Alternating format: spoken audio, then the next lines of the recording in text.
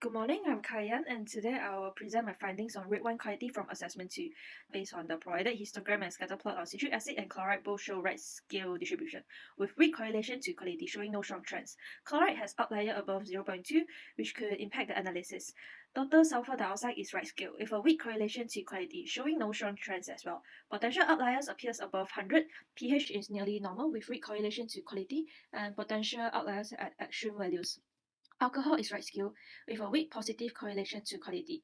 Potential outliers exist above 13. Quality distribution is by a model peaking at level 5 and 6 with few samples at the extremes. Based on the analysis, the scatter plot did not reveal a meaningful relationship and most of the data distribution were right scale, suggesting the presence of outliers. To identify this outlier, a box plot was used. The box plot confirms the presence of outlier in several variables and it will influence the analysis. I used the IQR method to remove outlier and it significantly improved data reliability.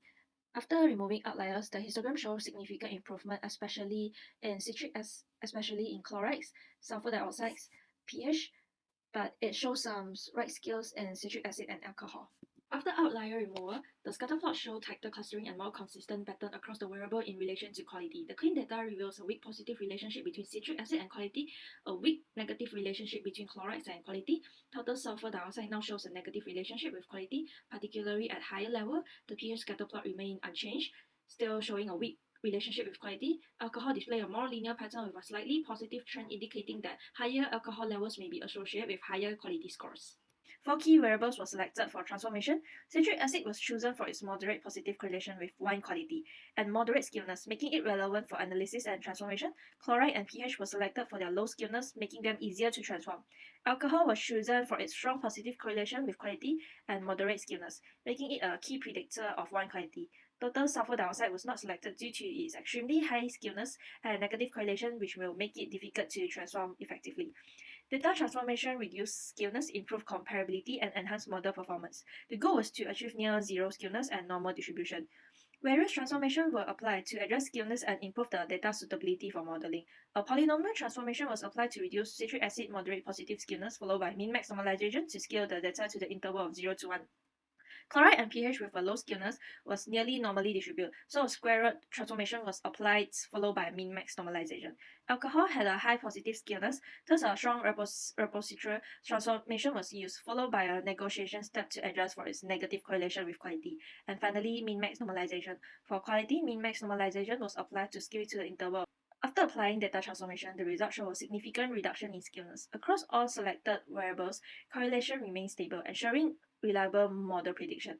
After transformations, the histogram shows significant improvement in the distribution of the variables. Citric acid and alcohol skewness reduced, chloride and pH became more symmetric, quality distribution remained largely unchanged. Models were built to predict wine quality and their performance was evaluated using error measure and correlation coefficient. Based on the metrics above, quadratic mean emerged as the best model with the lowest errors and highest correlation, outperforming other models. In the quadratic mean model, alcohol is the most influential variable with a wave of 0.64. Citric acid follow with moderate impact 0.176, while chloride and pH contribute to the model prediction but are less significant compared to alcohol and citric acid. The low wave of chloride and pH 0.1 and 0.084 suggests that while they are relevant, their impact on predicting wine quality is more limited. Based on the quadratic mean model, the predicted wine quality is approximately 6.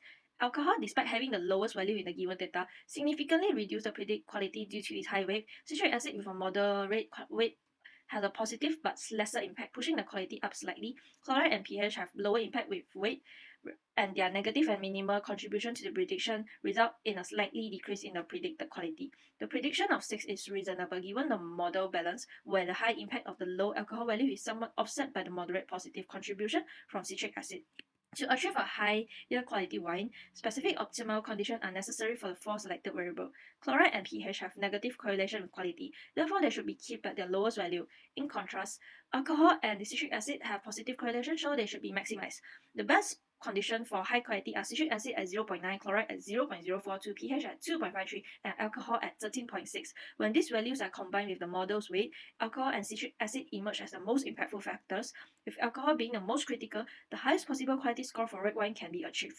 The QM model is effective, with low error rates and sensitivity to key variables like alcohol. However, a non-zero error, moderate correlation, and reliance on a single variable limits its robustness.